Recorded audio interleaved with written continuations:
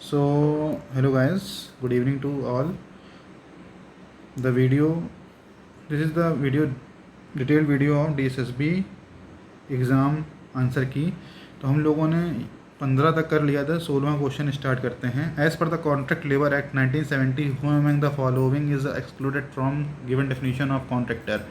तो इसको हटा दिया गया, एक्सक्लूड कर दिया गया है। वो supplies goods and articles for the manufactured to the establishment. फिर DGFASLI का फुल फॉर्म पूछ लिया इन्होंने। तो directorate general factory advice service and labour institute होता है। एडल्ट कौन से सेक्शन में है? 2A में दिया गया है। चैप्टर 6 जो है आपका वर्किंग आवर्स ऑफ एडल्ट है। इसमें क्या पूछा गया? An adult shall be allowed to work 48 hours in an week होता है। माइंस जो है सेक्शन 2I में है। Section 13A of payment wage act में रजिस्टर रिकॉर्ड जो है 3 साल के लिए रखना होता है। ठीक है। ट्रेड यूनियन एक्ट जो है application for the registration of trade union act shall be made to the register, बहुत इंपॉर्टेंट। प्लांटेशन में जो स्टेचुटरी वेलफेयर फैसिलिटी है जिम थोड़ी ना होता है, बाकी सब होती हैं इसमें। ठीक है। Section 3 of industrial employment standing order active submission of draft standing order. अब ये कहाँ लगता है? प्लांटेशन लेबर एक्ट होता है इसमें, और 50 और मोर वुमेन वर्कर होनी चाहिए। ठीक है। एवरी प्लांटेशन वेयर इन 50 और more women worker employed on any day there shall be provided maintain by employ suitable rooms for the children. Creche type का जो होता है इसमें, क्रच जो होता है 50 में होता है, 30 होता है फैक्ट्रीज एक्ट में। ठीक है। 50 मैटर्निटी बेनिफिट एक्ट में भी है शायद। हाँ। Fine should be imposed on any employ who is under the age of 15 years. ये आपका पेमेंट ऑफ वेजेस का क्वेश्चन है। ठीक है। POWS act. Which of the following statement is incorrect as per the trade union act. तो registered trade union shall not have perpetual succession, ये गलत है। सेल है।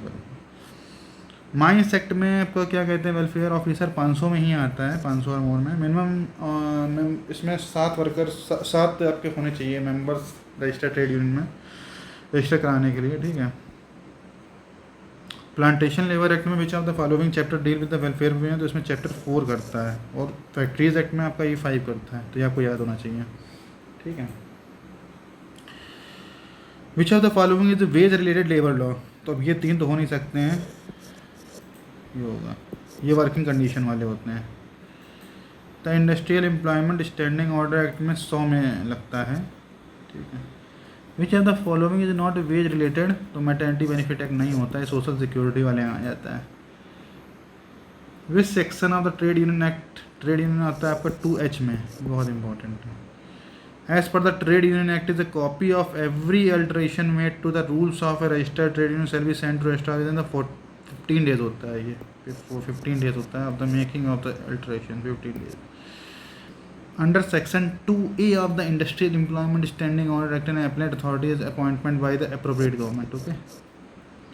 According to the provisions of section 10A, section 10A में ये आपका वो allowance होता है। कौन सा अलाउंस होता है? Subsistence allowance. तो 50% फर्स्ट 90 डेज़ के लिए होता है, और रिमेनिंग के लिए होता है 75% होता है। ठीक है। रजिस्ट्रार जो होता है सेक्शन 2F में दिया हुआ है। Section 3 of industrial employment standing order act, how many copies of, तो 5 कॉपीज़ 6 मंथ, याद कर लेना। मिनिमम वेज एक्ट जो है आपका 15 मार्च 1948 में आया था। ठीक है। Section 5 of the minimum wage act covers the procedure for fixing and revising minimum wage. Which of the following method is use for fixing and revising minimum wage as per the section. तो ये आपका एक notification method होता है, committee method होता है। ठीक है। Under which section of the employees compensation act is the commissioner for the workman compensation appointment, section 20, most important. Social security legislation ESIC होता है। देखिए पेपर बहुत सिंपल आता है। सेक्शन 21 जो होता है deals with penalty for the contravention of the act of employers. ये हो नहीं सकता, ये हो नहीं सकता, ये हो नहीं सकता, यही होता है। इन दोनों में डाउट हो सकता है, बट ये होता है इसका। As per the payment of bonus act, ये आपका 8 मंथ होता है maximum. Which one of the following agencies shall revise the minimum rates of wages under the minimum wages at least, तो अप्रोप्रिएट गवर्नमेंट कर सकती है। ठीक है। विच ऑफ द क्या if there is dispute regarding the payment of bonus pending before any authority under which section of the payment of bonus act, तो ये section payment of bonus में बहुत ज़्यादा नहीं है, सेक्शन 22 है, बहुत इंपॉर्टेंट है. What is the period of limitation for an appeal under section 30 sub section 2 for ESIC क्या एम्प्लॉय कंपनसेशन एक्ट है ना, तो ये 60 दिन में करना होता है. सोशल सिक्योरिटी लेजिस्लेशन बाकी सब हैं, इक्वल रेम्युनरेशन एक्ट वेज वाला हो जाता है ये आपका. पेमेंट ऑफ ग्रेच्युटी एक्ट जो है आपका सेक्शन 8 में आता है, रिकवरी ऑफ ग्रेच्युटी सेक्शन 8. ठीक है, 30 डेज अगर कोई काम करेगा तो बोनस के लिए eligible. Payment of bonus act 20 या मोर से ज़्यादा वर्कर में. Under employ compensation act in case of occupational decision the compensation will be payable only if the workman have been in the service of employer for more than 6 month. 6 month होता है. ठीक है. How many schedules are there in the employ compensation act. Schedule कितने हैं? 4 होते हैं. ठीक है. इस IC एक्ट में provides for the constitution of standing committee under section 8 में. ये सेक्शन वगैरह याद रखने पड़ेंगे. विच of the following is not a ground for disqualification. देखिए फ्रॉड होता है, ये होता है, ये होता है, ये चीज़ ऐसी नहीं होती है, तो इसको कर देंगे.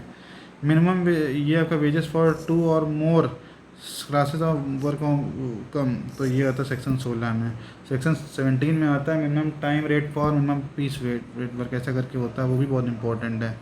ऐसा नहीं कि ये पढ़ लिया तो नीचे वाला पढ़ा ही नहीं है. बहुत ज़्यादा सेक्शंस हैं नहीं, तो इन सब को पढ़ लीजिए सारे सेक्शंस इसके.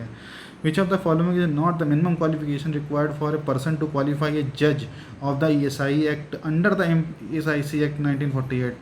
तो देखिए ये होता है, ये होता है और ये होता है, ये नहीं होता है, not minimum. As per the section 4 of employ state insurance act the employ state insurance consist of certain members among them who is the ex officer, right DG होता है उसका.